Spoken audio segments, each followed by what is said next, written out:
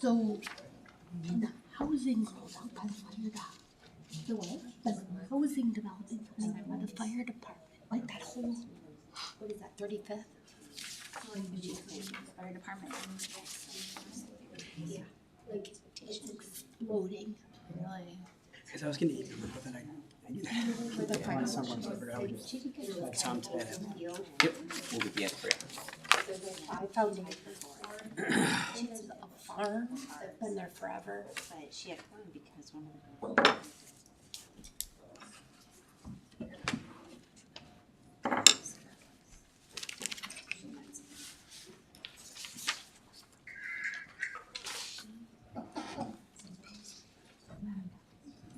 I'd like to call this meeting to order. Roll call, please, Ms. Stamen.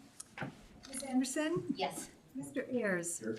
Mrs. Brockman? Here. Mrs. Hoskins? Here. Mr. Canwisher? Here. Mrs. Kunkel? Here. Dr. Wagley? Here. Please rise and join me in the Pledge of Allegiance. I pledge allegiance to the flag of the United States of America and to the republic for which it stands, one nation, under God, indivisible, with liberty and justice for all. Are there any questions regarding this evening's agenda? If not, I will take a motion. I move the board approve the agenda as presented. Second. Motion by Ms. Hoskins, second by Mr. Ayers to approve the agenda as presented. All in favor say aye. Aye. All opposed? Vision statement. It is the vision of the Pleasant Valley Community School District to provide the finest academic and extracurricular programs in the state, not in some things, but in everything, not for some students, but for all students.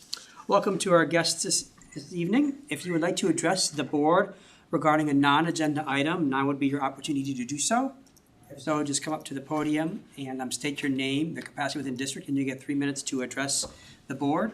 Since it's a non-agenda item, we will not be able to address it, but we certainly do hear you. Seeing nobody, we'll go to the board members. Ms. Anderson. We were just commenting, the growth in Eastern Bettendorf is exploding, and it's kind of amazing to see, is what our conversation was ahead of time. And the roundabout out by the middle school is moving right along. So it's really good progress to see. Thank you. Mr. Ayers. I have nothing, thank you. Hoskins. Thanks. Kind of empty on this side. Maybe I should move one over. Ms. Kunkel. I was just going to comment on the Spartan Assembly has been off to a busy summer with putting up flags around the community for the different holidays. Today they were doing a blood drive, so it's nice to see all of our students being active, engaged in the community over the summer. Thank you. Ms. Brockman. I have nothing for this evening. Mr. Camisher. Nothing for me, thank you. Okay. Ms. Damon. There's an updated personnel agenda in your folder. Thank you. Mr. Strus. As a follow-up, Director Anderson, we have a number of projects going on across the district right now, so we make sure to give you an update come the fall, once they're all completed. But I think every building probably has something happening right now besides just its cleaning process. So Pleasant View parking lot and the Bridgeview parking lot are both up and running, so we're not up and running, but in the process of being taken care of, so stay tuned. We don't have any recognition today, so we're just going to move on to the consent agenda. Are there any questions on this evening's consent agenda? If not, I will take a motion. I move the board approve the consent agenda as presented. Motion by Mr. Ayers, second by Mr. Camisher to approve this evening consent agenda as presented. All in favor say aye. Aye. All opposed? Okay, we'll move on to approval of bills. General fund. I move the general fund warrants be issued in the total amount of $394,563.41 in payment of invoices presented. Second. Motion by Ms. Kunkel, second by Ms. Brockman, that the general fund warrant be issued in the payment of invoices presented. Are there any questions? All in favor say aye. Aye. All opposed? Nutrition fund. I move that nutrition fund warrants be issued in the total amount of $1,132.39 in payment of invoice presented. Second. Motion by Mr. Ayers, second by Ms. Anderson, that the nutrition fund warrants be issued in the payment of invoices presented. Are there any questions? All in favor say aye. Aye. All opposed? Elementary junior high activity fund.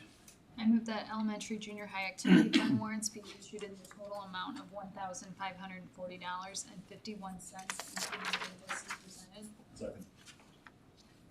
Motion by Ms. Brockman, second by Ms. Camisher, that the elementary junior high activity fund warrants be issued in the payment of invoices presented. Are there any questions? All in favor say aye. Aye. All opposed? High school activity fund. I move the high school activity fund warrants be issued in the total amount of $70,061.68 in payment of invoices presented. Second. Motion by Mr. Camisher, second by Mr. Ayers, that the high school activity fund warrants be issued in the payment of invoices presented. Are there any questions? All in favor say aye. Aye. All opposed? Capital projects fund. I move that capital project fund warrants be issued in the total amount of $300 in payment of invoices presented. Second. Motion by Mr. Ayers, second by Ms. Kunkel, that the capital project fund warrants be issued in the payment of invoices presented. Are there any questions? All in favor say aye. Aye. All opposed? Purple fund. I move that Pupple Fund warrants be issued in the total amount of $111,136.89 in payment of invoices presented. Second. Motion by by Ms. Hoskins, second by Ms. Brockman, that the Purple fund warrants be issued in the payment of invoices presented. Are there any questions?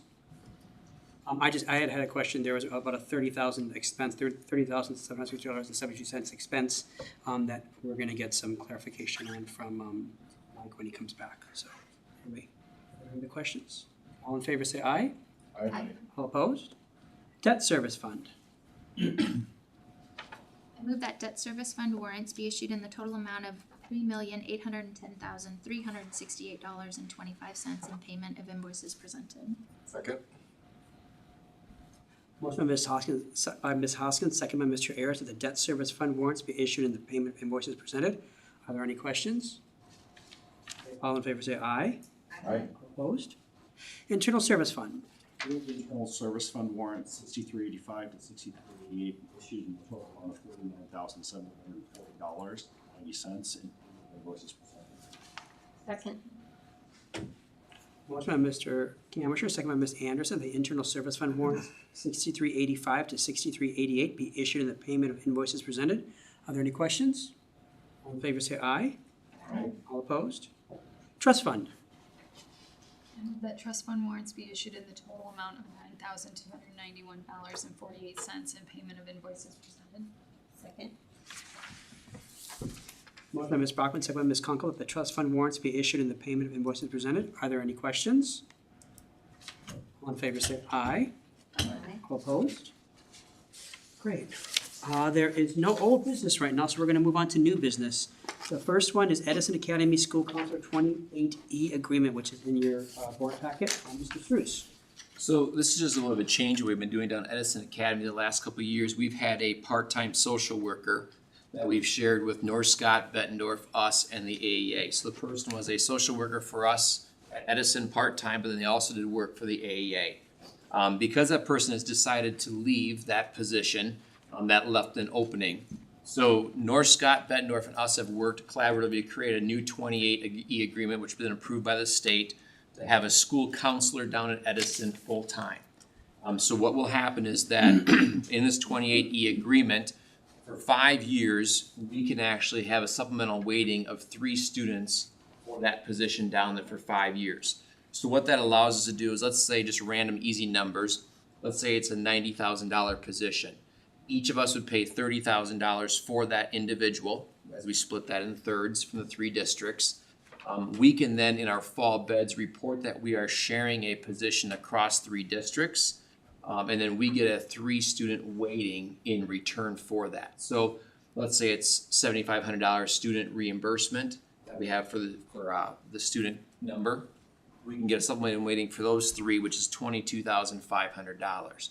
So of that $30,000 will be reimbursed for 5 years at that rate, and then after that we pick up the third ourselves. But there are certain positions that the state allows you where they encourage sharing.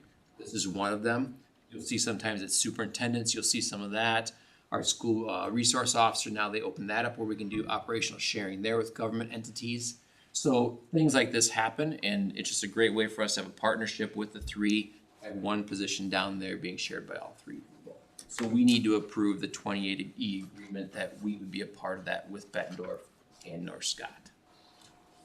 So what, you went from part-time to full-time, so what's getting added? Yeah, so what they had before was this counselor was actually going down part of the time down there, plus they had a school social worker.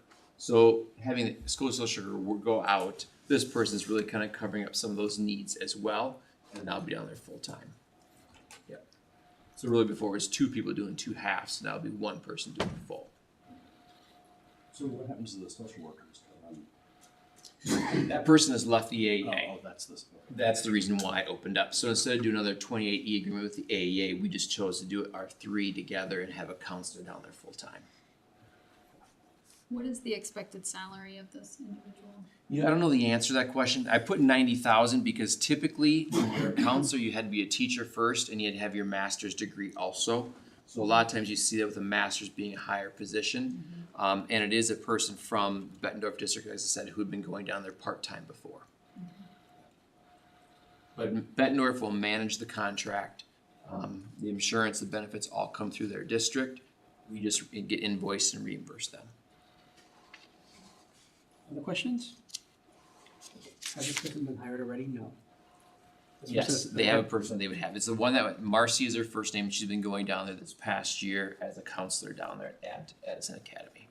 Now, I know that we're splitting this in third and third and third. Yes. Does it, it's not weighted on how many students, let's say, from our area go there versus, let's say, Bettendorf or North Scott? It's not weighted that way? In this position would not be. We do share, for example, we pay for the math teacher, I believe it was. No, we are the English teacher. Can I get this right? We're the English teachers. We pay for that position. Bettendorf pays for another one. You know, so we kind of all share in that regard. Okay. Any other questions? If not, I will take a motion. I move the board approve the 28E agreement between Bettendorf, North Scott, and the Pleasant Valley Community School District under supplemental waiting laws to hire a full-time school counselor at Edison Academy for the 2022-2023 school year. Second. Motion was Anderson, second by Mr. Ayers, that the board approve the 28E agreement between Bettendorf, North Scott, and Pleasant Valley Community School District under supplemental waiting laws to hire a full-time school counselor at Edison Academy for the 2022-2023 school year. Roll call, vote, please, Ms. Naaman. Ms. Anderson? Yes. Mr. Ayers? Yes. Mrs. Bratton? Yes. Mrs. Hoskins? Yes. Mr. Canwisher? Yes. Mrs. Kunkel? Yes. Dr. Wugley? Yes. I just have one follow-up question, I think, this is just for this next school year, so every year do we have to do a new 28E agreement, or is It this, can- is it an ongoing renewal automatically? It'll continue the renewal unless Okay. someone decides to pull out. Okay. Yes. Okay, moving on to our second new business item. It is the vehicle purchase recommendation, Mr. Struce. So this has been as you saw in your supplemental package, this is interesting because we wrote a grant for $75,000 and received the grant from SCRA to purchase a van that would be part of our TAP program at the high school, which we have started this year. Because of the manufacturing of vehicles, we could not get a vehicle. We were waiting for their go-ahead to do so. So what we are looking, we put a bid out here this last week. Of the 5 companies we sent the bids to, 2 returned a big quote to us. Courtesy, which the van came back at $78,499, and Lindquist at $77,308. Those are the only 2 bids that we received. This van is very similar to ones we've been purchasing recently, but it will be outfitted with 2 wheelchair accessibilities for the handicap program that we have. So now we're just bringing it to the table. With this quote that came back, it will cost us as a district $2,200. At this point, we believe that will be the cost, based upon what we wrote the grant for and what the bid came back at. So we feel pretty good about being able to move forward with this. And the TAP program is a great program where we transport kids out and life skills, job placement, and so forth. So we need a vehicle to take them versus taking a bus. And we're very appreciative for SCRA to award this grant to us to be able to purchase this van. Questions?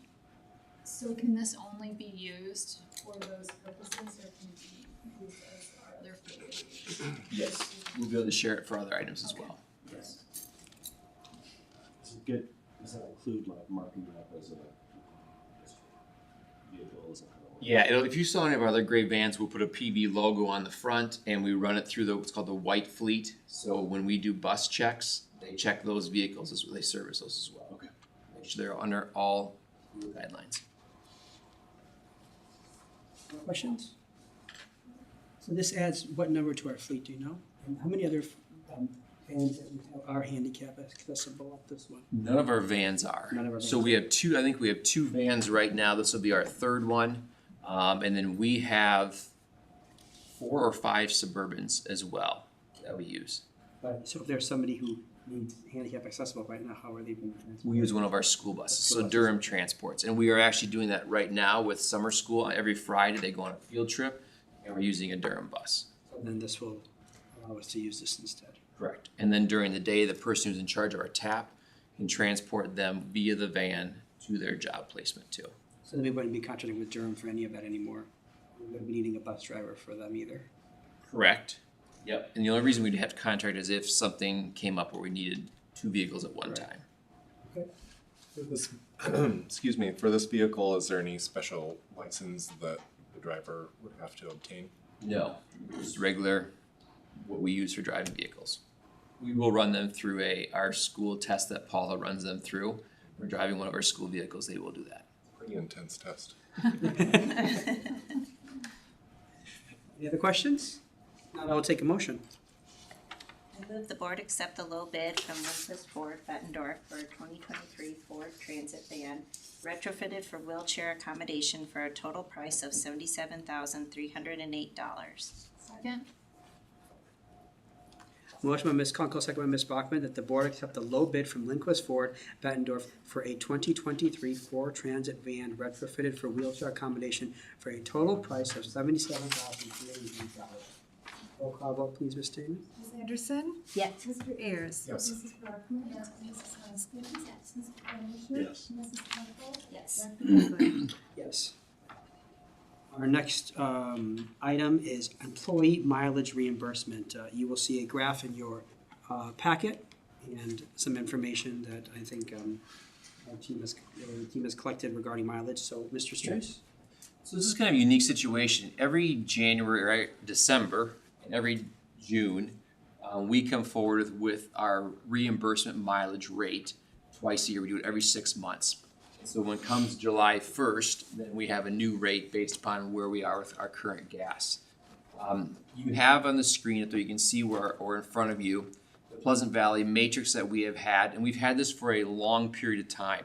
And as you can see, there are 5 different levels to this matrix, depending upon what the gas prices are in our area, determines where we have been in terms of how much we reimburse per mile for gas, for any traveling. This could be for any of our teachers who travel between buildings, or a teacher we send to a conference, administrator we send to a conference.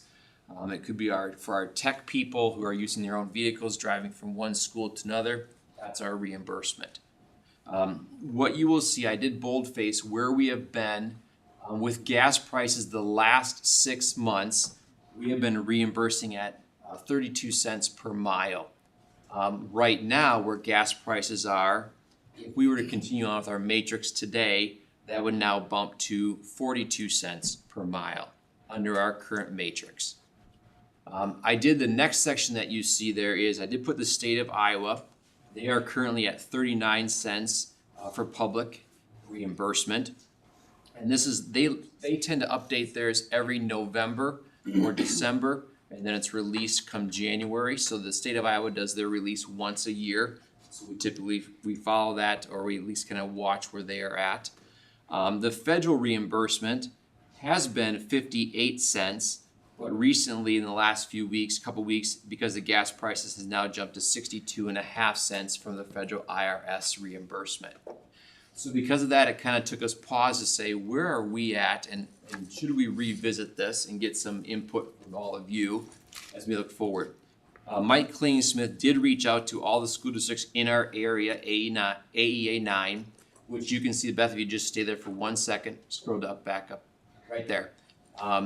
If you look at where it says the state of Iowa at 39 cents, you can see the districts that responded that currently do use the state of Iowa reimbursement rate there of the 39 cents. You will note the next line down, there are 4 districts who responded who said that they currently use the federal IRS rate, which I'm assuming that they would bump up then since IRS changed. There was 1 district I did not put up there, but you can see down below it's Muscatine. Whatever the IRS rate is, federal rate, they take off 10 cents. So with Central, DeWitt, Wilton, Durant, and Bennett, if you know Wilton and Durant, they share a superintendent.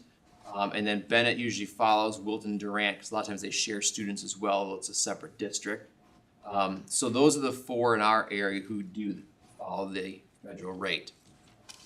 So as you go through, you can kind of see the ones who responded down there. There's just a breakdown of what their response was, whether they know the history behind where they're at or what they follow.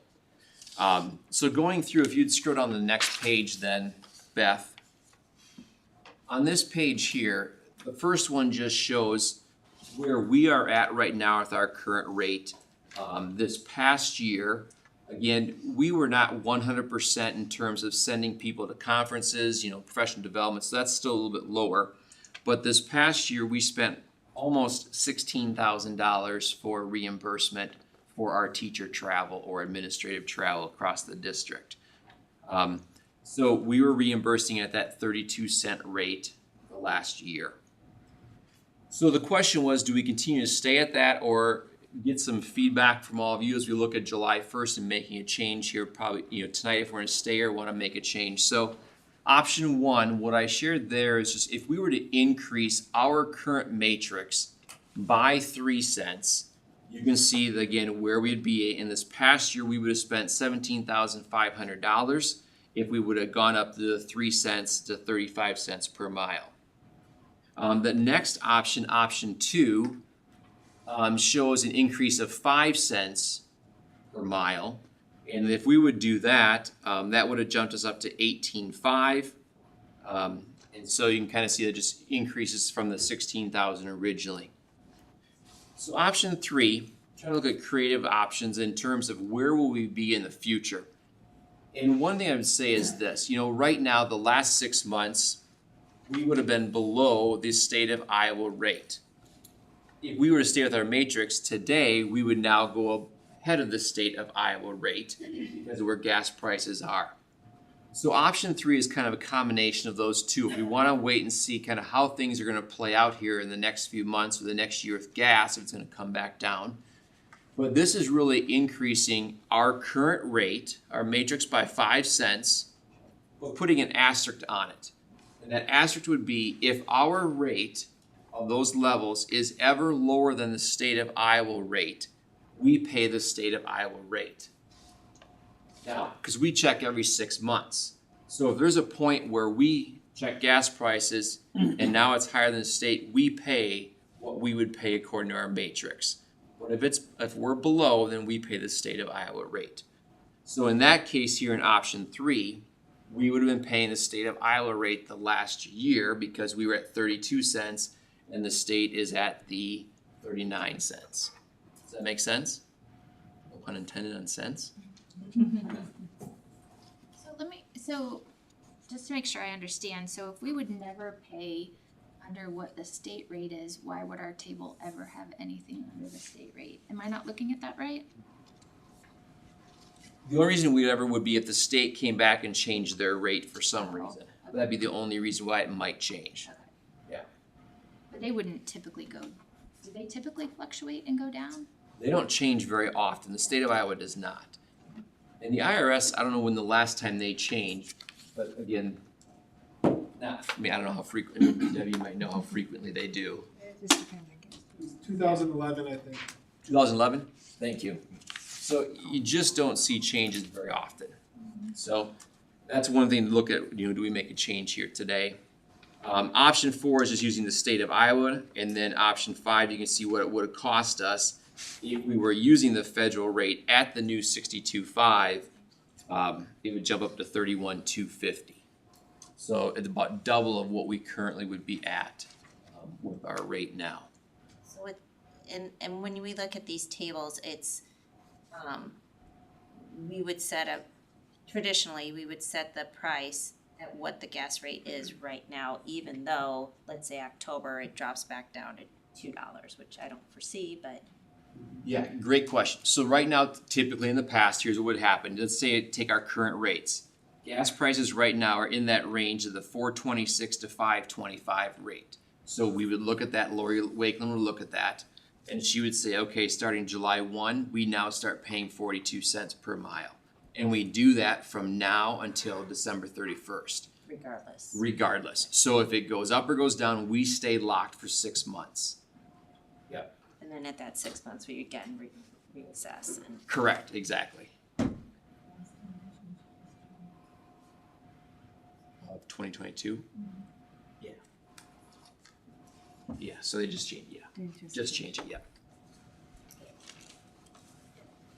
So Davenport, North Scott, Bettendorf, Clinton, Comanche, all of our surrounding areas, they all just use the Iowa, right? Correct. What's been the history for us on why we haven't just used the Iowa rate? You know what? Just to make it simple. I can't find the history. I've tried to ask that question and I can't locate how long we've had this matrix for. And it's just been something that has been set up for a long time and we've never questioned it. It's just where we've been. Would it be simpler just to do what the other districts are doing and just take the Iowa rate? We could. Again, it just depends upon when we look at the Iowa rate. You know, sometimes we pay higher than the Iowa rate, sometimes it's lower. And that's why when you look at option 3, you would always guarantee the Iowa rate unless during that 12-month span gas goes like it did now and Iowa doesn't change, but we bump ours in June. That'd be the one advantage of that option there, that option 3. I tried to figure out why the state of Iowa's rate is 30% less than the feds.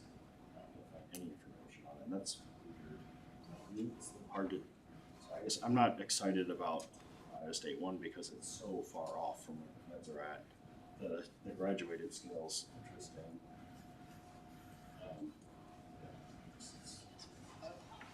I know just being a native Illinoisan, Iowa has one of the lower gas tax rates, and if you go on the other side of the river, it's about 30 to 50 cents more per gallon right now. Missouri's actually a little bit lower. Illinois is Missouri's right about the same as Iowa, but especially, and if you go coastal, the gas prices are a lot more than I actually looked at that because I thought the same thing. Iowa pays 30 cents, which is almost dead center of the country. Really? On an average basis, right? There's outliers, like you said, California and Hawaii, and then there's the South and it's far lower. But 30 cents is what we're paying.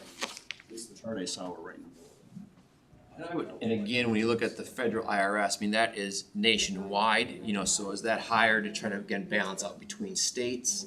I would assume so, and that's why you see sometimes states are lower, depending on gas prices that you would typically see in the Midwest versus other states where it might be higher. Neighboring Illinois would be an example where it's higher gas. So when employees need to travel, what's the sort of rule set? I'm trying to work out like under what conditions will they be required to do. Great question. Anytime that a school vehicle is available and we're transporting kids, you know, we're definitely gonna take a school vehicle. If it's multiple teachers, we try to take a school vehicle. Even on individuals, sometimes it's cheaper to pay the individual to go versus one of our other vehicles. But again, we do encourage school vehicle over personal vehicle. And it also depends upon availability, the time of year, where we're going. Other questions? So, one of the proposals has been to use a matrix, but if the matrix falls below what the state of Iowa pays, that's the floor, basically. So that's option 3. That's option 3. Which is to basically use the state of Iowa as the floor, and then if our matrix says it goes above that, then we pay that amount. And we still evaluate it every 6 months. Correct. That's one of the options. The other option is just to go state of Iowa, or just add a few cents. I mean, you see all the options there. But sounds like Doug, you didn't want to use the state of Iowa completely because of how off it is compared to the federal. Yeah, and there's no background on how they came to that number. The sliding scale makes a lot of sense to me because they always have to change it all the time. And So I like option 3, but that was probably an option 2. What do people feel about the two options? I like option 3. I like 3. I'm good with 3. I'm good with 3 as well. And just, what we do is we always, Lori Wakeland, I shouldn't say we, Lori Wakeland will always assess the gas prices in our area, kind of check where it's at. Then she sends a email out to all staff saying, here's what our gas prices will be, or our reimbursement will be for the next 6 months. And she does it every December, and she does it in the end of June, July. I'm assuming, Mike's not here, but I'm assuming that he would approve this. Yeah, I have talked to Mike and Lori both about this, yes. The 19,000, so I guess it would contribute additional, potentially 19,500, if not more, based on Correct. estimated increase. I would agree with that based on we probably have more traveling next year. Okay. So that will go up. To what level we'll have to see, but that's just using the number. If we would have used the state of Iowa last year, that's what the Right. expense would have been. Yes. Mr. Struz, Can you introduce who you are? Come up to the Sorry, podium. Jeffrey Gold, parent in the district. Just since there were questions on when the personal cars can be used, is there a further policy about insurance coverage and how that would, maybe liability on the district based on the individual's insurance coverage or other factors? Yeah, anytime that we have a employee who elects to use their vehicle, their insurance always comes first in that regard. And if there's other issues that follow, we work through them, but if they elected to do that, that's where that lands, is personal insurance first. So it sounds like the consensus has been, that most people are in agreement with option 3, so if that's the case, I will take a motion. I move the board approve option 3 as the mileage reimbursement for the time period of July 1, 2022 through December 31st, 2022. Motion by Ms. Hoskins, second by Mr. Camerich, that the board approve option 3 as a mileage reimbursement for the time period of July 1st, 2022 through December 31st, 2022. Roll call vote, please, Ms. Damon. Ms. Anderson? Yes. Mr. Ayers? Yes. Mrs. Brockman? Mrs. Hoskins? Yes. Mr. Canwisher? Yes. Ms. Kunkel? Yes. Dr. Worgley? Yes. All right, our next item is something that we've seen before in the past. It's a resolution for purchase of athletic protective equipment where we have to transfer money, which we've done before in the past for athletic equipment. So, Mr. Strus, you want to? Yes, this was passed in House File 564 during the 2017 legislative session. And just so you know, what we're looking at here tonight is transferring $19,500.56 from our athletic protective equipment to our general fund, for general fund to student activity fund to cover that. So that $19,000 was all spent this last year. As we close out this school year, anything that, again, that was protective equipment, which all of this happens to be junior high and high school football helmets and shoulder pads, which falls underneath protective equipment. So Deanne would have purchased this. Because of this House file, we'll now take general fund dollars and reimburse her account for that amount of money. You do it one time a year at the end of the year, so that you have all the calculations of what it equated to for the year, one-time transfer into that account. So tonight is just to pass that resolution to be able to transfer that money into her account. Any questions? So as you guys know with school finance, I mean, you can't really transfer from one fund to another unless you are authorized to do that. And so that's, when the legislative session allowed us to do that, we've been doing that ever since. And this is just the year to reconcile that from this last year. So, take a motion if nobody has any questions. I move the board approve the transfer of $19,500.56 from the general fund to the student activity fund for the purchase of athletic protective equipment as specified in the 2017 House File 564. Second. Motion by Mr. Canwisher, second by Mr. Ayers, that the board approve the transfer of $19,500.56 from the general fund to the student activity fund for the purchase of athletic protective equipment as specified in 2017 House File 564. Roll call vote, please, Ms. Damon. Ms. Anderson? Yes. Mr. Ayers? Yes. Mrs. Brockman? Yes. Mrs. Hoskins? Yes. Mr. Canwisher? Yes. Mrs. Kunkel? Yes. Dr. Worgley? Yes. Now moving on to the elementary, junior high, and high school handbooks. Mr. Strus, Mr. Erickson, 6, and Ms. Bornhoft. Yep. So tonight, once a year, we go through and we look at all of our handbooks. We have a number of members from our administrative team who gets together to review all 3 levels. And tonight, we're gonna start with Liz Bornhoff, Dean of Students, Riverdale Heights. She'll talk about changes we're looking at the elementary handbook. And then Tia Hicks from the junior high, Dean of Students, she'll go second. And then finally, we'll close it with Darren Erickson. What you will see is there are a lot of items that are similar across all 3 levels.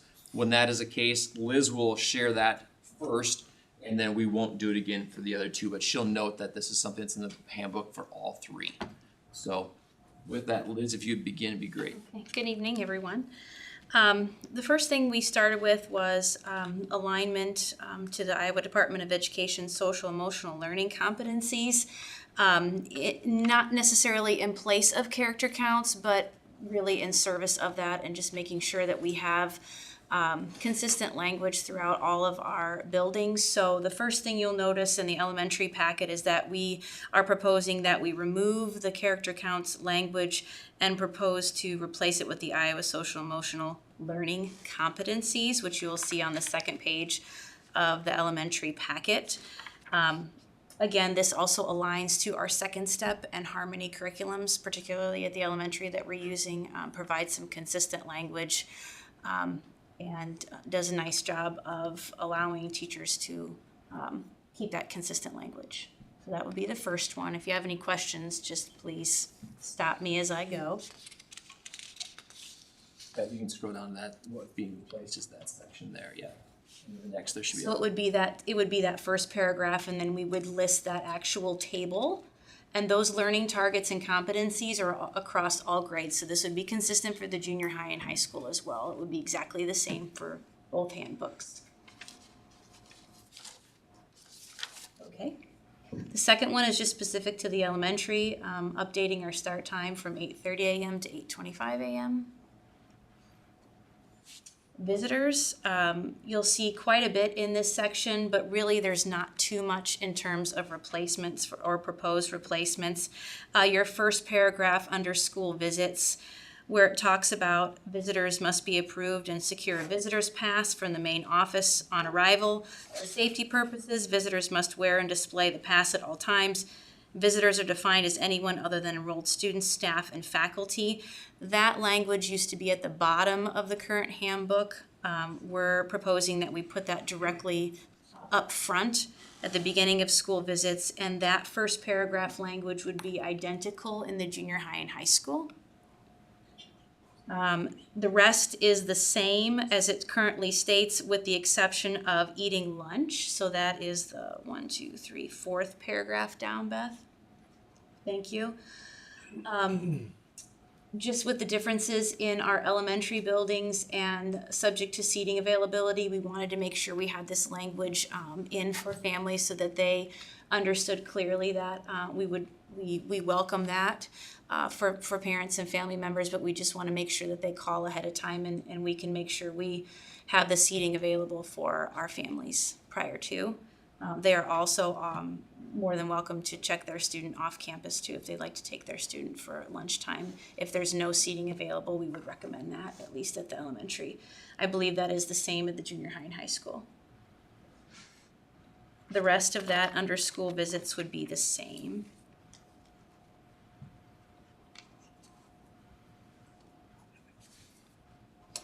Under attendance, we propose to strike the following language. Students will be given a pre-arranged excused form, which they will promptly show each teacher during non-instructional time. That really is no longer relevant, nor is it a practice that we're actually implementing, to be honest with you. So we want to make sure our handbooks reflect that. So that is also the same at the junior high and high school. And part of that's changed because of technology. We used to have the kids take a sheet of paper around with them. Pick around. Now it's in Google Classroom and different things like that, so it's not a practice we're using. Under student discipline and social conduct, specific to students' rights and responsibilities, there's language for the restrooms. This is something that was not in the handbook, and we would like to add both, again, exact language for the junior high and high school. The restrooms are open for the convenience of the students. Students are encouraged to use the restroom at break, between classes, at lunch, or before and after school. If you must leave the classroom, use the closest restroom and return promptly. Students share the responsibility for keeping the restrooms clean and in good working condition. Any students found deliberately littering or abusing the restrooms or restroom equipment will be referred to the administrators for disciplinary action. For student safety, one student is allowed in a stall at a time. At the elementary, we have seen an uptick in some vandalism and destruction of property in our restrooms over the last year to 2 years. We do not necessarily or have yet to have an issue with more than one student being in a stall at one time. However, we believe it to be good practice to be consistent with the junior high and high school, and I think they may have had some other concerns with that. And it does make sense that we do not need more than one student in a stall at one time. Did you say this one was the same for junior high and high school too? Or no? Yep. Do you think, Mr. Erickson, at the high school, do you think for that one we need to say something about issues with vaping and that kind of stuff in the classroom? Is that something that we should just put in there if they're not doing anything? In the classroom or in the? I'm sorry, in the restroom. That, obviously, that's one of the concerns that we have when there are multiple students in a stall at the same time. And so formalizing that, as far as, obviously, we have our vaping policy and everything in the different parts of the handbook. So we thought adding that into the restroom to make sure it was written and clear. We've enforced it that way, so we wanted to make sure it was listed out in the handbook as well. The only thing I would also add to that is with, when Liz was talking about vandalism in the bathroom, part of that is that TikTok challenges that have taken place over the course of the last year that kind of prompted us to write this one here. Thank you. Item number 6, student discipline and social conduct specific to types of infractions for dress code. At the elementary, we propose to strike the language of being not allowed backpacks, sunglasses, large, long, heavy chains, studded or chained accessories. I believe this is a policy that may have been dated back to the early 90s, I would say. It is, whether it's specific in there or removed, the language within our handbook specifically states that administration can, with any type of dress, regardless of whether that's specific or not in there, that it can be discussed and talked about with families if it is something that is distracting to the learning environment or to the climate of the school. So it's kind of a point whether it's in there or not, because anything under dress and items would be subject to that. So there's a relevancy, I think, to that type of language that's in the handbook, and that's consistent with junior high and high school as well. So you'll see the same thing there. And we have kids bring their backpacks in every day and put them in their lockers, so that was an odd one there for that one not to be approved. So for elementary, they put them in their lockers. Yes. And that's what they've always done. And Right. at junior high, they've always. There's this traveling around, yeah. This past year, they were in their lockers. Yeah, they were in their lockers this past year. And so that's the same across elementary, junior high, and high school, that they come, put them in their lockers, and then. Right, but we're looking to make an adjustment for that. So theirs will have a So that'll slight, be different. this would be out, this will just be specific to backpacks as a dress code item, which is interesting, but they will have separate language outside of the dress code to address backpacks. Okay, so this is for elementary, it's a dress code item. But the sunglasses, large, long, heavy chains, and studded or chained accessories is also within the junior high and high school. Right, we're making this the exact same dress code changes. Okay, thank you. We're not sure why backpacks were in the dress code Dress code, yeah. component originally. So. The next one, again, is under student discipline and social conduct, but this was under suspensions. Currently, it reads that students may be given an in-school suspension, and similarly, you'll see the same language, so I'll repeat that. Students may be given an out-of-school suspension. So either an in-school or out-of-school suspension when they are in violation of the attendance policy and/or good conduct and citizenship. We felt that we would rather not penalize a student for their attendance by giving them something else that removes their ability to learn in the classroom through either an in-school or out-of-school suspension, and would rather work through other avenues to support students' good attendance at our school district. So we propose to remove the language of attendance policy. So it will just remove that line, and it will just say students may be given an in-school suspension when they are in violation of the good conduct or citizenship policy in school or out of school. The next one, item number 8, is under the notification of non-discrimination policy. This is the parent, guardian, community concerns paragraph in response to House File 868. This is direct language for the Iowa Department of Education, and felt it appropriate just to put that exact language in there. It will be a live link on our handbook. So the last line reads, guidance to steps and processes can be found on the Iowa Department of Education website, or by clicking here, it will take persons directly to that process for filing a concern or a grievance. That will be exactly the same in the junior high and high school handbook, and I apologize, I should go back. The in-school suspension comment is also identical in the junior high and high school. Canwish, do you want to mention what you kind of shared your thoughts when you emailed me? Yeah, when I read this and I went and read House File, it actually says in the House File, you can also sort of reference it, you don't have to accept it as whole. We already have a board policy 204.2 that actually addresses this. So my recommendation was we reference that, and then we can also reference the House File, but we already have a pretty clear, actually set of steps that we expect members to go through, or us even. So that was my suggestion, was to incorporate that board policy. So what we could do there is where it starts out, there are general steps. We could actually put on there per school board policy 204.2 and House File 868. There are general steps, and let it go from there. So transition it by saying, here's the school board policy and the House File that relates to this statement here. So it gives the why behind this phrasing. They're actually aligned and numbered, which is great. And the House File one is bolded, so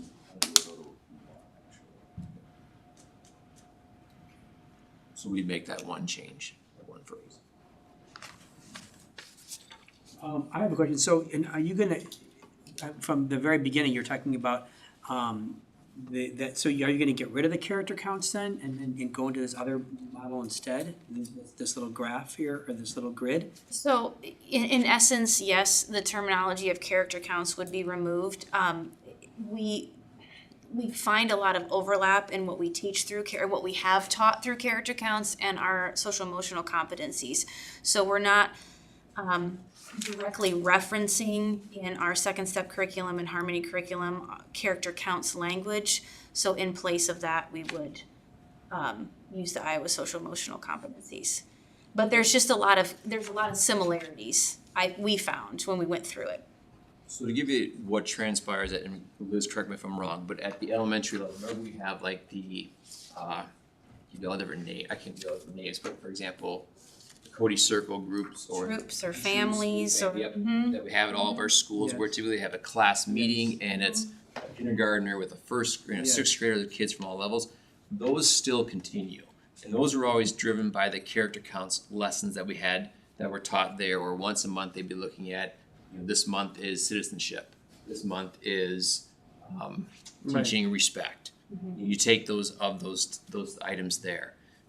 Well, with the social emotional standards from the state, the Castle and Line statements, those lessons still continue during that time. So we're still having those lessons. But instead of using the character counts to drive it, it's those bulleted points that you see in those Castle Line learning targets. So the character counts will fall within those topics that you see, and that's why those are there. So instead of referencing the character counts, it's referencing the skills you're looking for through the lessons you're teaching through that matrix.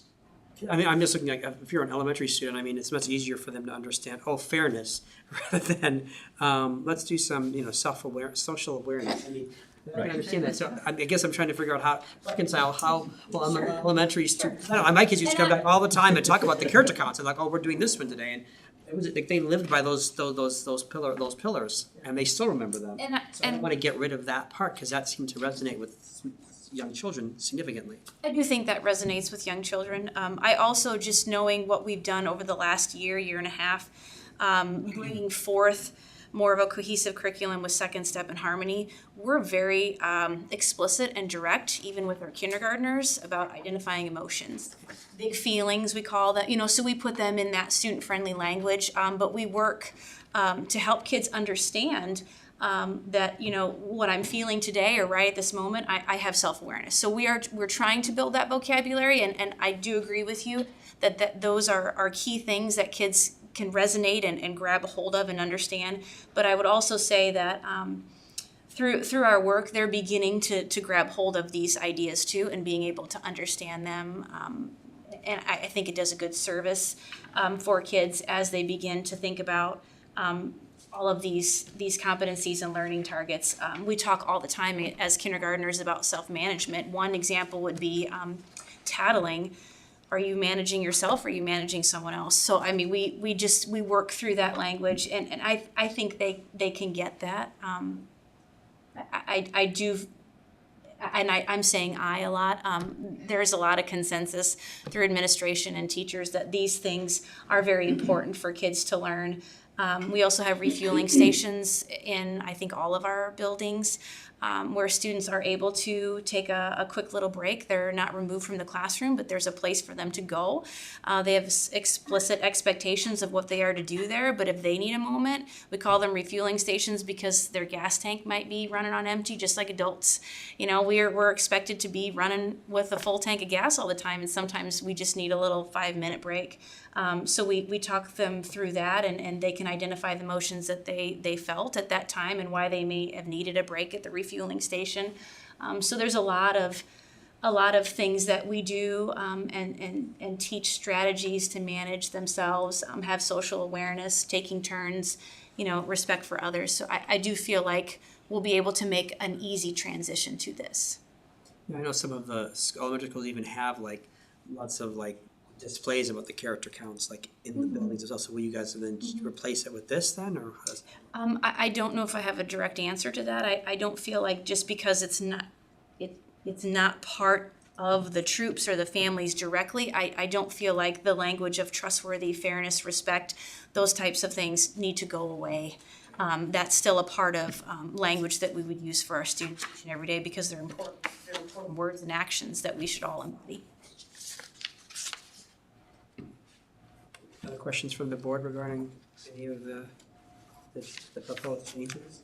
I believe there was one other. The last one, I think, number 9, is just the open enrollment update because of the March deadline. There's no longer a need for that. That would be the same across all handbooks. But other than that, those are the proposed changes for elementary.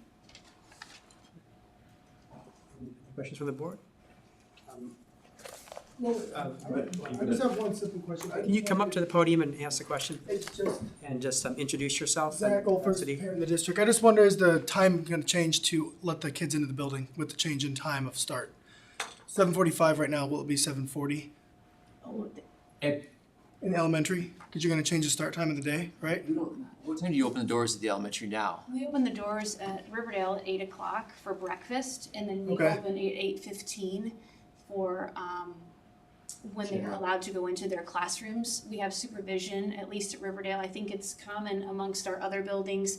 There's some sort of walking or activity that's supervised with staff between the time of 8 and 8:15. So the students are not in their classrooms, but there's supervision between that 15-minute time. Probably shouldn't say Cody was letting them in at 7:45. That's why I asked the question, Zach. I was like, wait a minute. But to answer your question, Zach, where we landed was originally we were going to start with the 8:15, keep it at 8:15. And if we're starting to see issues in that 10-minute window, we would back it up to 8:10 if need be. Okay. But, yeah. Keith Stein, parent in the district. Mr. Woggle, I really appreciate you asking the questions on the change from the opening with the, instead of having the, excuse me, sorry. Character The counts. character counts. I'm a little concerned about the social awareness part of this. This is classic, it's classic CRT. It's starting to bring that in, and I've been told many times we're not teaching that. You start bringing the social awareness into things, I would rather the character of our students, the character of our people in the district. And I don't care where you come from, we're all the same. And that's how I want to keep it. So that's all I have. Thank you.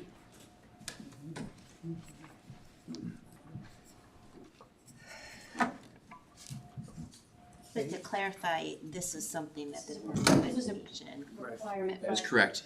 Yep. This is a requirement by the Department of Education.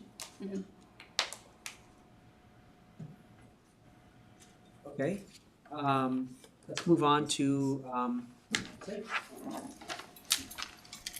Good evening, you guys. So I will start at page 18 for the junior high. There's one other thing on that page that we are proposing to remove, and it's the liaison officer of the Scott County Sheriff's Department. It's just because it's also found on page 19, so it's just redundant. So we just like to remove the one on the page 18. And then on page 19, the book bags and the duffel bags are not allowed. We're asking to remove that because we're asking to change the policy on the following page.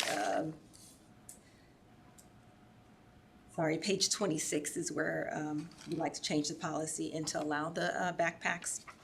But anyway, so we'd like to remove that language saying that they're not allowed and carried inside, not allowed to be carried inside the building. And we also like to add the statement in there about the heart rate monitors. And there's a link there that was created by the physical ed department about the heart rate monitors specifically. We did have several incidents with students not handling them properly, and there was some damage done there. And so it just kind of explicitly states what they're responsible for as far as replacement costs and things like that.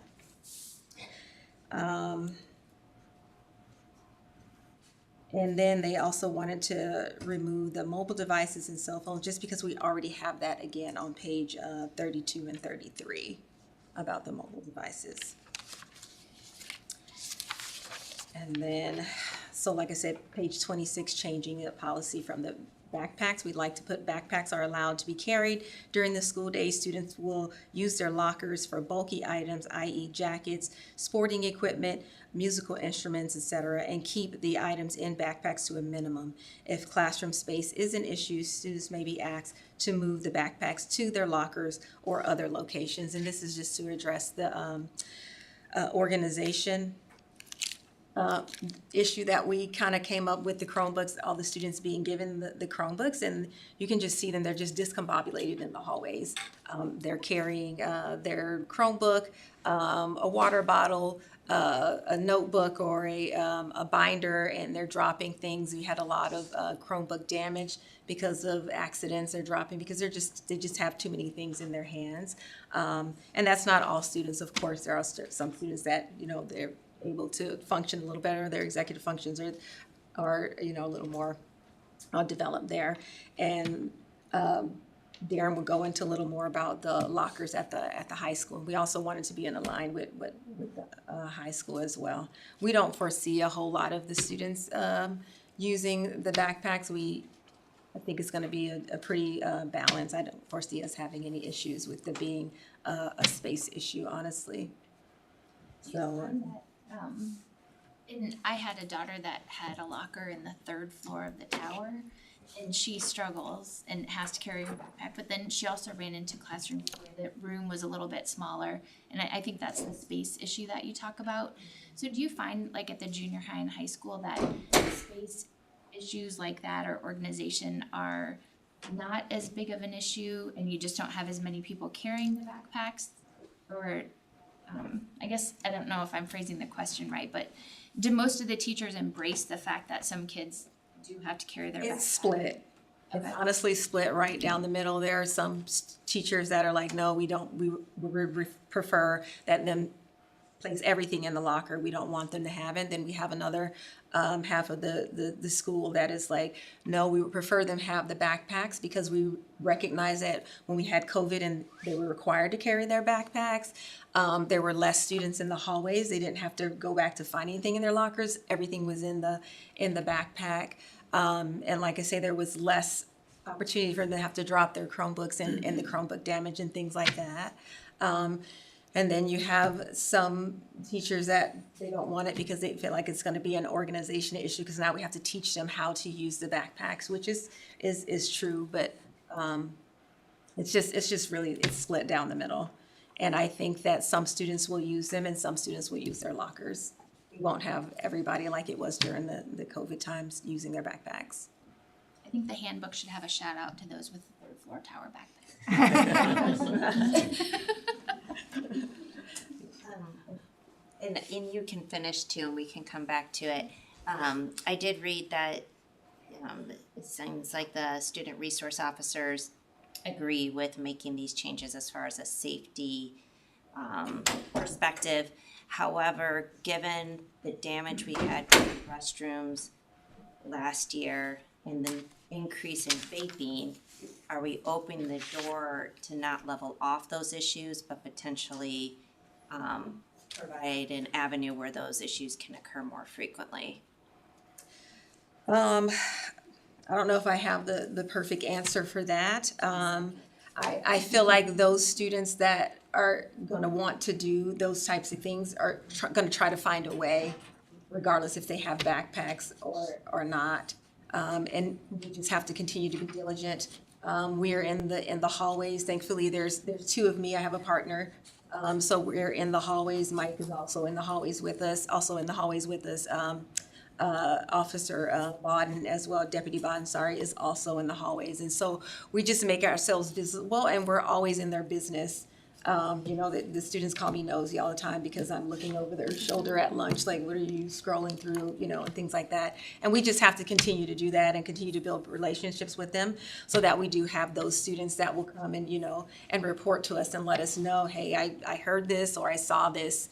And we just have to continue to do those things. When we discussed that as well, kind of the conversation that came up as far as like juuling, anyone can carry their personal device. They're literally the size of a USB. Most students, they don't keep them in their backpacks. They keep them in their pockets or in the waistband or something. The one worry that we have would be that if someone were to want to steal something, if they were to go into the bathroom and steal a soap dispenser, but usually when we had damage, they went in and broke the soap dispenser and there's soap all over the floor. That was the intent. And whether it was broken or stolen didn't have a big difference. We had to replace it in most cases anyway, so. And quite frankly, TikTok is on to new challenges, so. Yeah. Hopefully this one's wash a teacher's car or something. Right, exactly. And this may be going out to the junior high since we're focused on that right now, but are there more people in the hallways at the high school than the junior high, given that, obviously there's a lot more students? Do we have that kind of staff availability to monitor that? Because that was the last thing that I had that was different than any of the other things that are on there. The other things Liz already went over, so. If you have no more questions for me, we can let Darren come up. So I would just say that, and then on the very last, on the grid, on page 47, you should make the same changes there that were made on the elementary that Mr. Canvasher had. Yeah, I made a note of that as well, yeah. We'll get that emailed to everybody. Thank you. Yeah. No, thank you. That's actually, I just put mine alphabetically. And so kind of to that point, when you look at one of the items in the rationale that I put was that we have about 320 lockers between the second and third floor of the tower, just the tower. So if you get any student that has courses outside of the tower, those lockers are, I don't want to say useless, but essentially you go at the beginning of the day and you drop off your coat and items like that, but between carrying your Chromebook and water bottle and all of that. So do we have more people in the halls? We do. We're a lot bigger, but we're also, our campus has just become so sprawling. And when you look at, we have a second floor that doesn't connect to the second floor of the tower, and then you have the banned foods area, kids who go to from autos out to the tower and everything. It's just become such a campus. We talked a lot about this at our MAC principals meetings, and every school in the MAC except North Scott currently allows backpacks, and North Scott essentially doesn't because they're just one big square. They don't have the same issues as us. We worked with school resource officers, and they've said it's really not any sort of, they didn't see it as any big safety. The only way it would be safer would be if students were not allowed to take backpacks to and from school. If a student's allowed to come from their home to school with a backpack, that is more dangerous than not having a backpack at all, but it's no more dangerous than if they walk in the door from their car and put it in their locker versus carrying it. If someone comes in with ill intent, they're not walking around school going to classes. Was kind of the rationale. We also surveyed our staff on it, and it was roughly, I'll call it about 70-30, actually a little bit more than 70 were in favor of it or indifferent. We had about between 25 and 30% who didn't like it. A lot of it was concern over space issues, and that's where we added the caveat. If we see a kid, again, putting their snowmobile suit and parka and spare tire in their backpack, we're gonna say no. Put that up, it doesn't need to be that big. And then if it's one of those interior classrooms and we get large classes and we're finding issues in there, we told the teachers to just report it to us and we'll work with some of the kids. And it might even be on an individual basis. Hey, your locker is just right around the corner. Could you drop your backpack off? And just talk to kids. They're usually pretty good when we come to that. I won't go over character counts. We talked about that. We wanted to add in this is language from the state regarding concurrent enrollment in regards to our ISASP test, the Iowa Statewide Assessment of Student Progress. And essentially what it is, in order to be eligible for dual enrollment classes, you have to be proficient in English, math, and science on your ISASP. So students, the exception is for a CTE class like our Scott Autos class or something like that. A student may not be proficient and still allowed to go into those. However, the student may be required to complete an assessment administered by the eligible community college. In that case, if a student's not proficient, we can give some sort of proficiency test to make sure the students are in line for those. And we wanted to add that, again, that's language directly from the state for a couple of different reasons. One, taking those dual enrollment classes, the school and the district does pay for those classes and their teachers, and we want to make sure students are ready for that. But it also adds a little bit of teeth to our ISASP testing. What we did, and Mr. Jones is working on this right now, he's done some preliminary work, but last year we had a number of students, and I don't want to give a number, but if you go across the different grade levels and across the different tests, it's in the 3 digits of students who GPA performs at 3.8, 4.0, 4.2, passing AP courses, passing dual enrollment courses, who were not proficient on their ISASP tests. And then we go in and do an audit on it, and they may have spent 7 minutes taking their test when there's 90 allotted. And so we give the test talk, we talk to the teachers about the importance of these ISASP tests because the growth in those areas are a huge part of our state report card. It's about 16% in English and 16% math. And the high school has moved down a category. We were one of the better ones. We actually took a step back. We're doing good, but not where we want to be, and a step back just due to we're not getting in the growth that we want to see on those ISASP tests. They are high stakes, and we don't have a lot of, we are at the mercy of the students trying on these tests. We really are. And luckily, the majority of kids do take them seriously, and we talk to them about how they're important to show what they're learning. But we can also hold this dual enrollment over for some students if they just choose to blow it off. We don't have to allow them, and we don't have to pay for them to take college courses while in high school. The next step is under dress codes. We wanted to strike the head apparel such as bandanas, hats, and other head covers with the exception of those from the school. And again, that's all the MAC schools have moved to that. We did a pilot last year regarding allowing students to wear hats when they wanted to. It has, from all reports of the other MAC schools, not been an issue at all. At PV, it's not an issue. It seems weird that we have incentive days that we allow students to wear hats, but we don't want them to wear hats on another time. Most of the students who choose to wear their hat regularly are looking in professions and fields where they're going to be wearing hats at work. They wear them out in the auto shop, and that's just what they do. Other kids wake up late and have a bad hair day because they have more hair than me and throw on a hat and come to school. We've had kids with social anxiety who want to have their hat on. We'll have a lot of girls will get up in the morning and started doing my hair, got tired, put on my hat. We just said it's kind of a non-issue, so we wanted to choose our battles a little bit more wisely with some of that. We have a couple of different areas under deliveries to school, and we wanted to add language about flour and candy deliveries to students is discouraged, and as well as like food delivery, DoorDash, Grubhub, etc., because we just don't have the staff for it, and especially when you get, students have 28 minutes for lunch, that as crowded as it can be out front when we have people trying to come and go, but we would also have issues where delivery drivers would come into the front and we would tell them, we're kind of darned if you do, darned if you don't. If they leave them on the tables, then the students walk out the doors, compromising the security of the building because we want to move during the school day to everyone goes through the main office. But if everyone's coming in the main office, then we have the normal busyness of the school day plus kids trying to come in and get their lunch. So it's just not a good situation. It's busy enough there. We still allow, if parents want to pick up lunch and bring it in, we call the students, or we store it in there. But we're trying to keep as many outside people without a reason to be at school from coming into school. And so that's under the deliveries, and then the food service is just kind of reiterating it. There are two different sections in the handbook. That's why I wanted to make sure it was in both, to make sure that everyone could see it.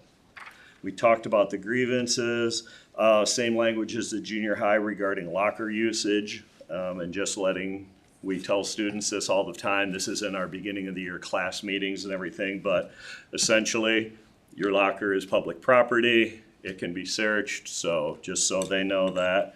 But the language wasn't in the handbook, so we've been telling them this for the decade plus I've been here, but we want to make sure it's in the handbook. Talked about open enrollment, and lastly, I'll keep saying the parking over and over. We have, I believe it's 773 spots. Next year, currently we're at 820, just juniors and seniors. So freshmen, you're not going to be able to park here. And sophomores, just because we have 820 doesn't mean they all have a car, and sometimes siblings ride together. What we'll do is we'll assess about 2 weeks into the school year. And if we're counting up 40 to 50 extra spaces, we'll do the sophomore lottery. And we always do that by season. It's students participating in extracurriculars because they're going to be there until 6 and 7 o'clock. And that includes drama, theater, all of the extracurriculars, not just athletics, which I think we corrected that a while back. And those I put, any sophomores who do get a pass, it would be out for the A lot, the baseball lot, E lot. And then those would be seasonal, about beginning of August to November 1. Then the winter is November 1 to March 1, and spring March 1 to the end of the year. Those will be no charge as well. So if a sophomore does get a parking pass for a season, there won't be any charge for them. And just remember, this is our past practice we've done. We were just in this time period where we had a lot of beer. We weren't growing as fast, that we could allow some sophomores and maybe some freshmen to potentially drive. As we continue to grow, we have to go back to our policy we had previously and what's our best options there. One of the ones we struggle with will be open enrolled students. Again, if you're choosing to open enroll and you're a sophomore and you can drive, it does not give you the right over someone who's in the district who can't drive either. Now, if they're in a sport, that can look differently. But again, there's just complications with parking. continue to look at where our options to grow additional parking as need be, but parking lots are expensive, very expensive. Do we have a relationship with one of the churches on parking? Or am I making that up in my head? The closest one would be Our Savior, and we have not had a relationship with them. in terms of There's parking. nothing formal. In the past, I've had students tell me, I go to Our Savior and they don't care if we park, but it has So I made nothing that to up. do with the school. Kind of the same thing as my friend lives on blank road and I'm like, nothing to do with me. The things we watch, number one, you have to remember Our Savior, I may not have this number exactly right, but they have roughly 300 preschool kids at that school. See about the number of volume of parents coming to pick up the kids. We don't want our kids parking there. Now, if they get permission from someone there, that's a different story. We also watch neighborhoods very closely as well.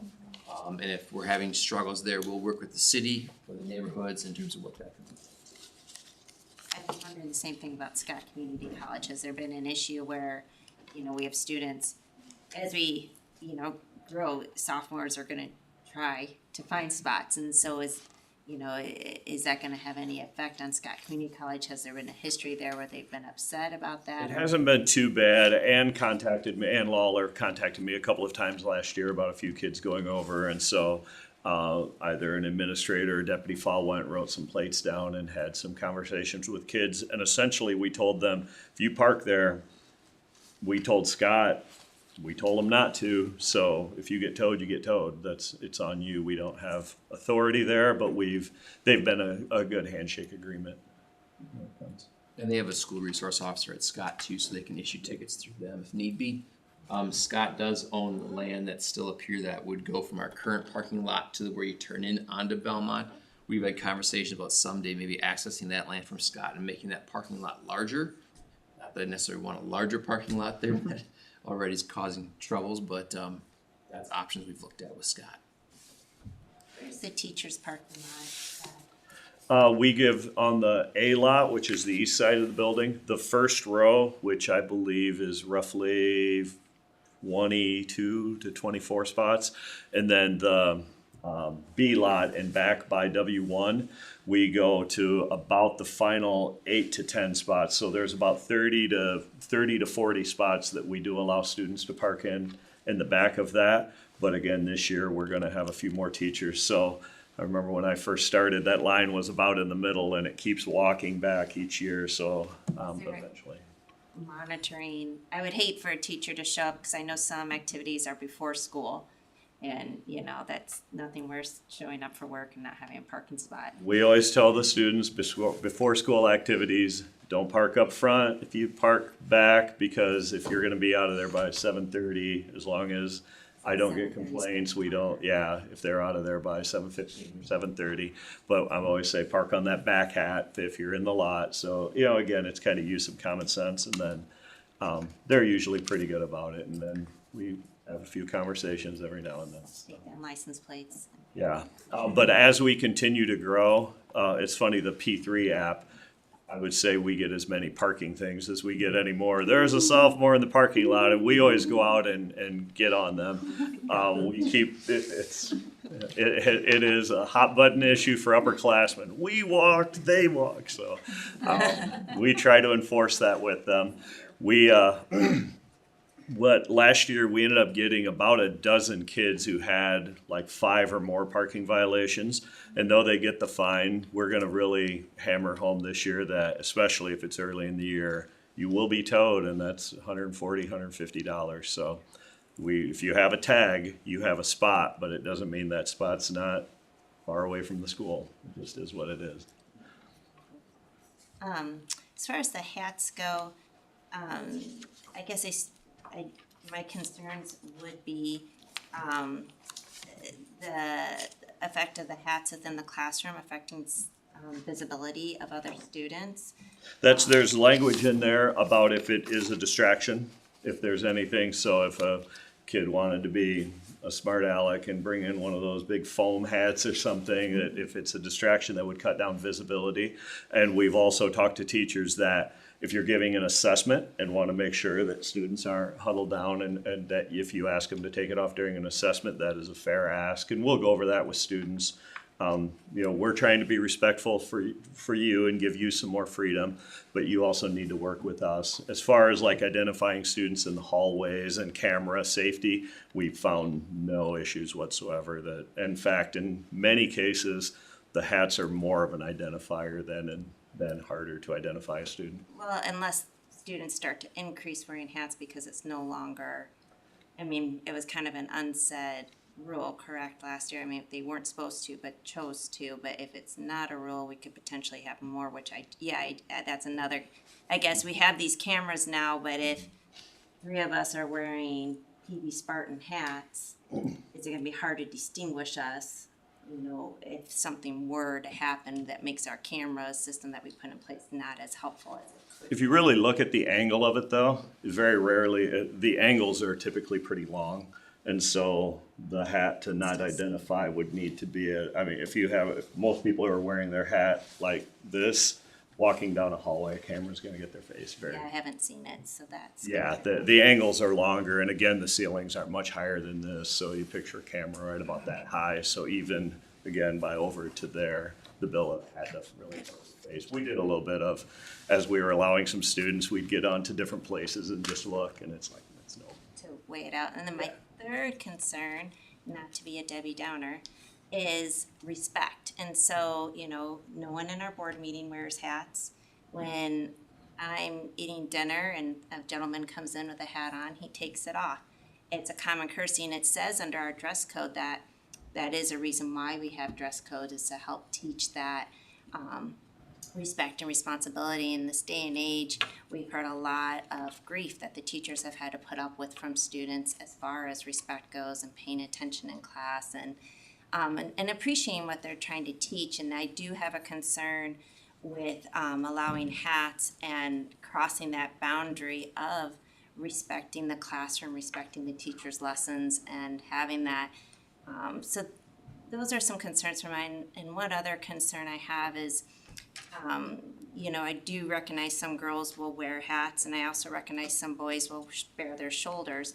But we aren't removing any of the things that apply to the girls predominantly, even though there's zero safety risk from them exposing their shoulders or wearing spaghetti straps. But with the boys, they don't want to wash their hair, so they can put a hat on. I'm being a little antagonistic, and I realize that.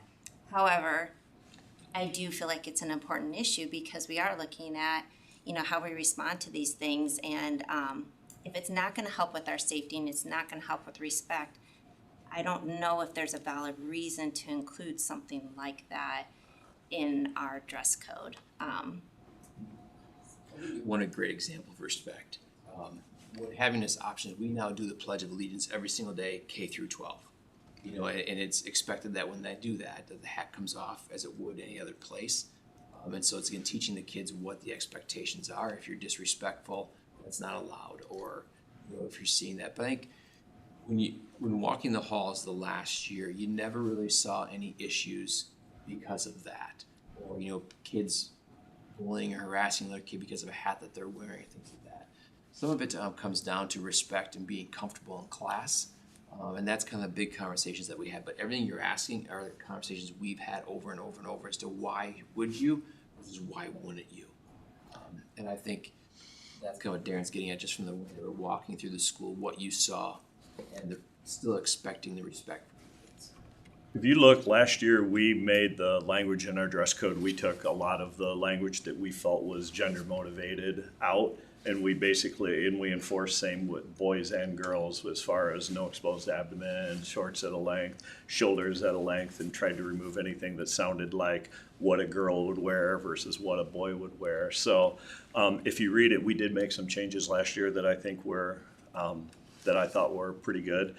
The head apparel as well, you can also look at, there are different hairstyles and different types of head coverings like we've had in the past.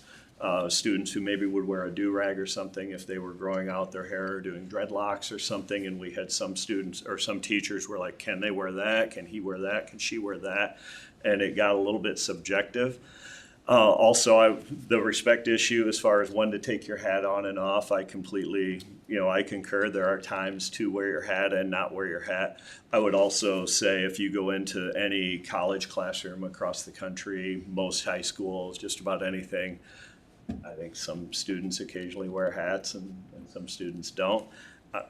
There's not a one-size-fits-all approach. So again, and if a student wears a hat and doesn't take it off for the pledge, we're not in a situation where we're going to scold or punish the student for that. So that is, obviously it's there's a give and a take with everything. So, yeah, if you're sitting a lot of kids bring their hats down to lunch because they sit outside, and on a sunny day like this, they wear their hats. So sometimes it just comes into, there's not a perfect answer. I've done a lot of reading as far as, just different dress codes around the country and everything. And there seems to be a lot of people in favor of just saying that the hat maybe isn't the hill to die on. But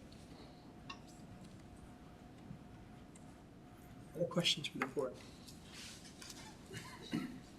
So we've gone through all the different handbooks. It sounds like there's been a move towards aligning as much as we can with all the handbooks. Junior and high school, more so maybe junior and high school. That's great to allow for consistency amongst the handbooks so that students aren't surprised when they go from one school to another. It's really good. Are there any other questions? Yes. I want to go back to Jeff Frable, parent in the district. I want to go back to Keith's comment.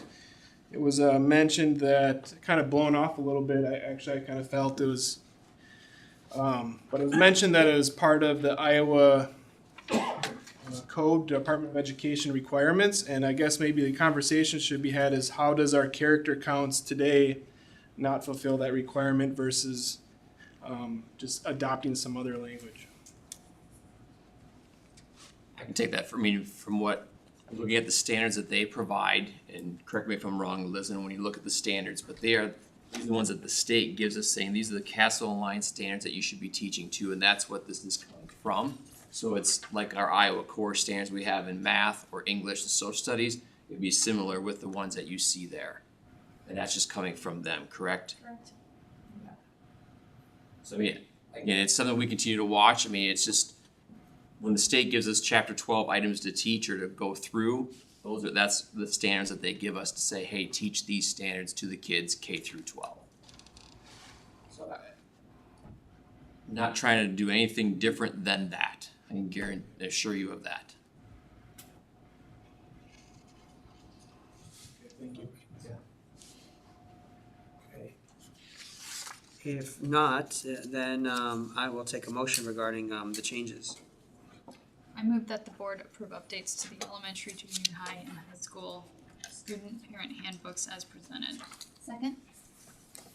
Motion by Ms. Robinson and Ms. Hoskins that the board approve updates to the elementary, junior high, and high school student parent handbooks as presented. Roll call vote, please, Ms. Stamen. Ms. Anderson? Yes. Mr. Ayers? Yes. Mrs. Brockman? Yes. Mrs. Hoskins? Yes. Mr. Canwisher? Mrs. Kunkel? No. Dr. Walkley? Yes. Okay, moving on to the legislative priorities, 2023. So with legislative priorities in 2023, what transpires here, as you guys know, each year we go through by August 12th. We have to send to the IESB our top priorities from a legislative standpoint for the coming year that they will then use as when they go through legislation of the upcoming year. So in this process, what we will look at is tonight, you have in your supportive materials just kind of where the 2022 legislative priorities were from IASB, what that looked like. And then also in the supporting materials, you see the 3 priority standards that we put forth to IASB last August. As part of this process tonight, we just kind of introduced this evening.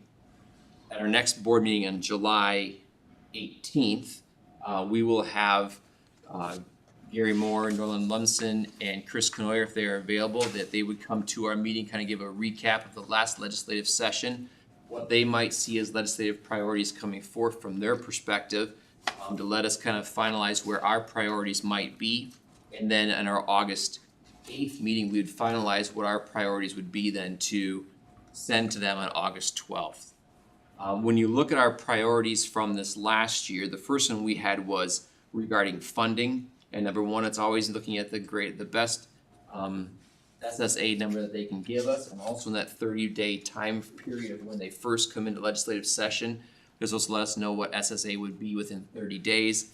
But then also, we've also talked about in the past under funding, there's 3 areas. Number one was the 5% dropout at risk, which we've talked about a number of times. Thought that was going to pass this year. They had put a kind of a step in place, but then did not pass at the end. And Chris can kind of give us an update on that. She's always championed that one for us. And then we also talked about the increase of special education weightings. As we look at funding for special ed and the needs that we have, can they ever increase those numbers to increase additional funds coming back? And that's the per pupil weighting. So if a student is a level 1, they get a 0.72 above and beyond what the normal per weighting is from the state. So looking at those numbers and trying to increase it as costs continue to increase.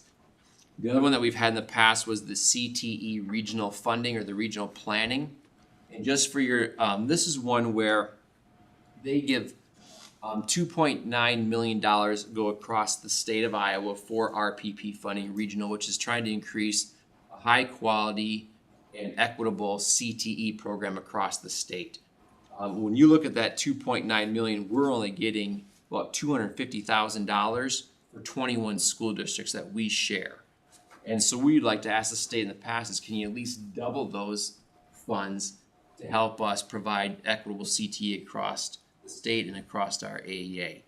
The money right now is just very difficult to do much with, because it equates to about $250,000, as I said, for the 21 districts each year. So it's difficult. And what we've done in the past, a good example would be welding devices.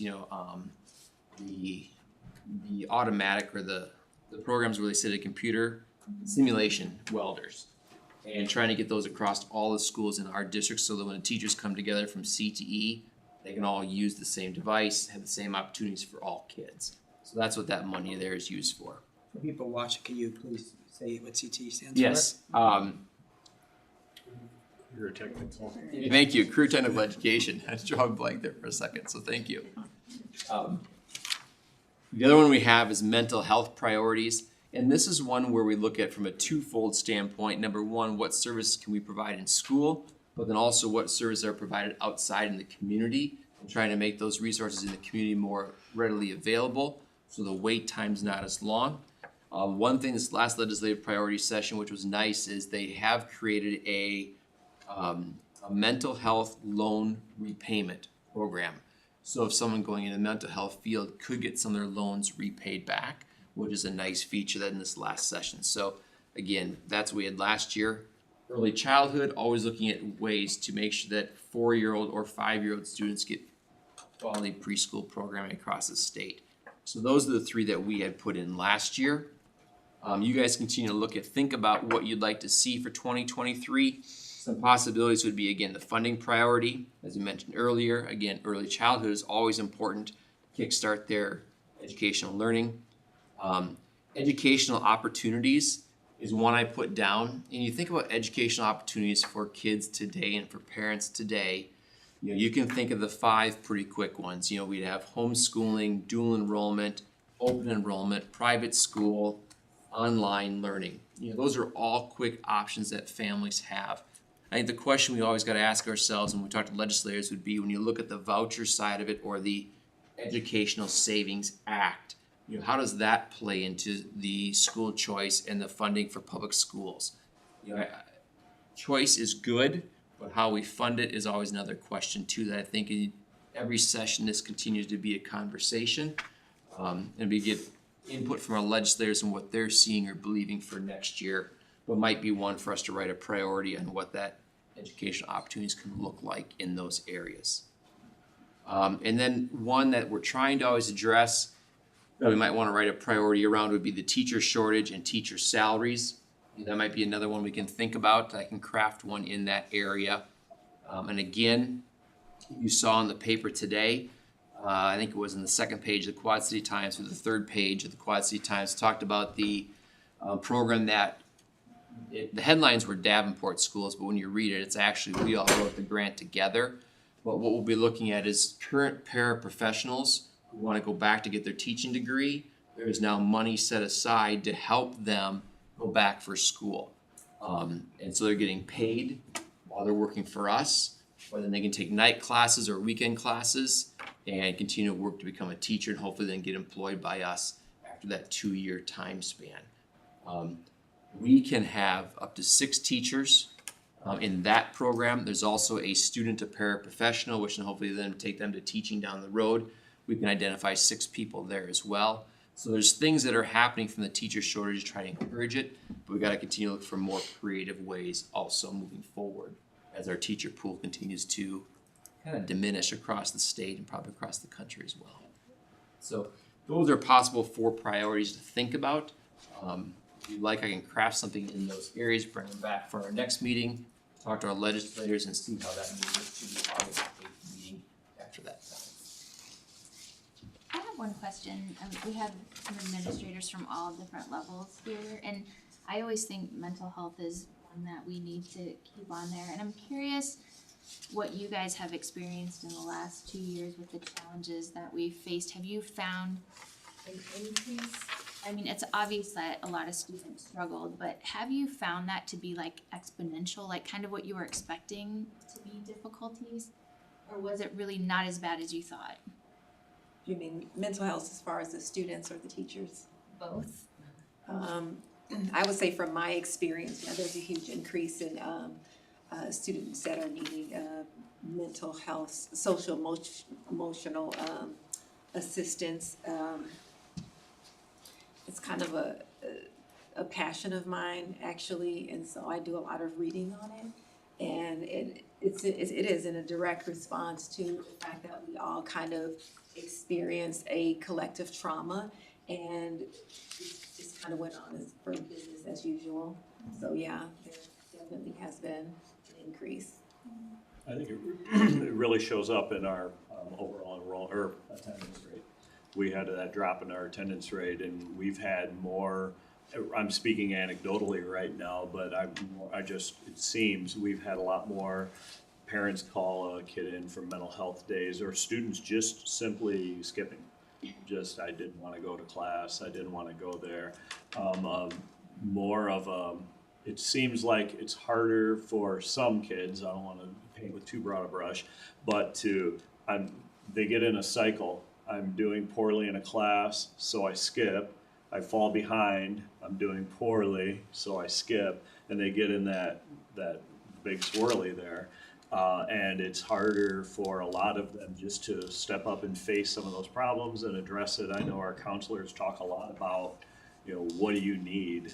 We've withdrawn a lot of kids from courses at their request, just you can't pass this, you're not attending anymore, and so they may not fail the course, but they'll just be withdrawn. So we'll have students who start with 6 classes who maybe finish with 5 because we just, what do we have to throw overboard to get the boat to shore?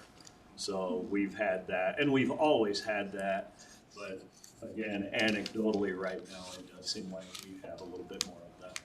What caused it? What caused it? I don't know. I would say one thing when looking at Darren's, in a maybe way to answer your question from a data standpoint, is the number of families that we have that have elected to use our school-based therapists has definitely increased from where we would be, I would say, 5 to 7 years ago. What's causing it? I don't know the answer to that. Is it a parents seeing a need for their kids, struggling? I don't know, but I can tell you right now that school that there was a large contingent. Hold on, this is hold on. This is a meeting. This is a public meeting. Mr. Alfers, you're gonna have to. You've already had your time. You're gonna have to. If you want to address the board, you will get your time to do that, and you can make a comment. This is not a question-answer session. Go ahead, Mr. Struess. Right. When you look at it, we will hear from our school-based therapists who have a caseload that there are additional kids who would like to see them, or parents have them see their kids. There's not enough space available in their day to do that. Again, whatever it might be, I don't know, but that's a data point that shows there's an increase. And I think also we have some kids more, I can't give you a number, but I think more suicidal ideology has seen an increase as well. And it also, you can't discount just our continued growth. We have more kids, we have more kids coming more places and everything. We just have, our population keeps growing, keeps changing. So we are not the same district that we were 5 years ago, much less 10. And I'm not commenting because I don't want to give you an answer, Mrs. Hoskins. I just understand that was this year was my first year being the Dean of Students, and so I don't feel comfortable in that new role and I can give you an answer, especially when we look at things that have changed over time. So I would love to provide you with an opinion, but I don't think it's a good idea to do so. Thank you. And I would also say, on a number of the boards we have across the Quad Cities, whether it's, members from Genesis, Trinity, and so forth, Quad City Behavioral Health, mental health is a conversation that is across the board with a number of health organizations trying to figure out what this looks like and how to address the need.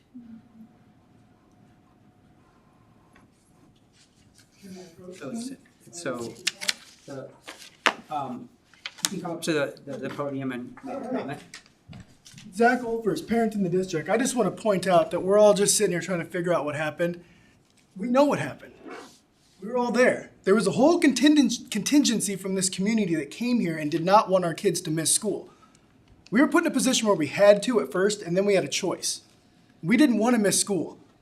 We all knew it was going to happen. Now we're like, oh my gosh, what's going on? Were we not? Was it a trauma? I mean, I think that's your description. I just want to point that out. Like, we know what happened. He sent our kids home. We all went through it. We didn't want it to happen. Thanks.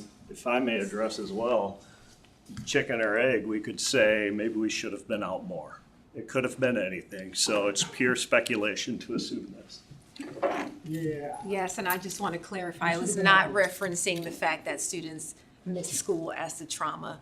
I was referencing the whole situation of COVID.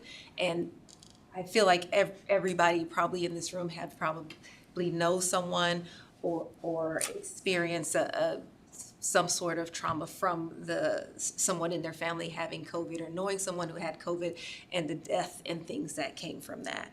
That is what I was referencing. Let's stay on the task here of, Isn't the district's policy that you wish we would have stayed out He has to come back up here, you need to go sit down. We're talking about, I'm asking a question. This is ending now. Is it the policy of the district that you wish we would have stayed out longer? If you do not leave, if you do not stop Administration level talking, is. then you will be asked to leave, Mr. Olfers. It's a fair question. This is not what we're talking It's about. a fair question. What we are, the agenda is legislative priorities right now. I would like the board to remember what the different legislative priorities you want to have on the docket for when the legislative people come at the next meeting, and then we have to make a decision in August. We have already outlined a few options. There can be many more, as Mr. Streets mentioned, including teacher retention and what to do about teachers. That's also something that I know has been a hot topic on at most state levels right now as well. So if there's something, if this board would like Brian to draft something up, that would be fine as well. But that's sort of what the goal is here, is to think in your mind about what the legislative priorities should be for this next year that we are going to give to our legislators. So an example I gave to Mr. Zimmer last summer after visiting a friend in the Olathe, Kansas school district, so right outside Kansas City, is similar to how we have like the engineering or the CT&E programs, or Bettendorf just rolled out the nursing, CNA. Olathe School District has a program for teachers that essentially, like our engineering students go through so many classes, they present a portfolio, they get their 4-year degree, and if they perform well, they're pretty much guaranteed a position at Olathe School District. I thought it was really interesting. My friend's daughter did qualify. She walked out of college with a job in a school district she was a part of. And we've seen kids come back here, but this is like growing our own. So this would be maybe on the order of the funding priority and expanding the CTE to additional funding for those types of things.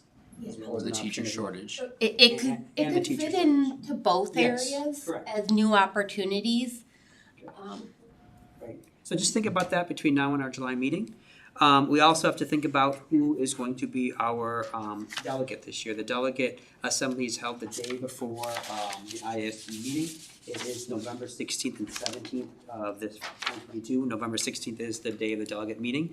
So if anybody's interested, Ms. Brockman served on it last year. If somebody's interested, either Ms. Brockman or others, by all means, think about that as well, because we do have to we have to be able to select somebody. Do you need that right now, Deb, or when? No. So just think about it. If you're interested in serving in that capacity, please let myself, let me know, and I can certainly put you in as somebody who's interested. Okay. And again, the ISB meeting is November 16th and 17th. So if you're interested in going, let Debbie know, because the hotels usually open up in August, correct? So as soon as she knows how many hotel rooms to reserve, nobody will be without a hotel room. So let her know if you're interested in going to that. And there's no required motion on the legislative priorities. So the other thing is that our next meeting is Monday, July 18th, and it's at 6 p.m. It's our only meeting in July. Then we have one August 8th, and then on August 10th, which is a Wednesday, is our new teacher breakfast. You will see a little invitation in your board packet. And if you're interested, please RSVP with Debbie. Although I think this says Beth, doesn't it? Okay. Yeah, so either Beth or Debbie. And that's at 7:30 at the Bettendorf Family Museum on Wednesday, August 10th. And that's basically where all the new teachers from the entire area is Bettendorf, Rivermont, and Pleasant Valley, and then Scott Community College as well.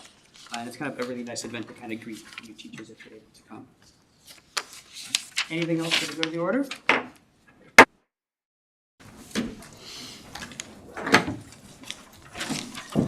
I will be going to that.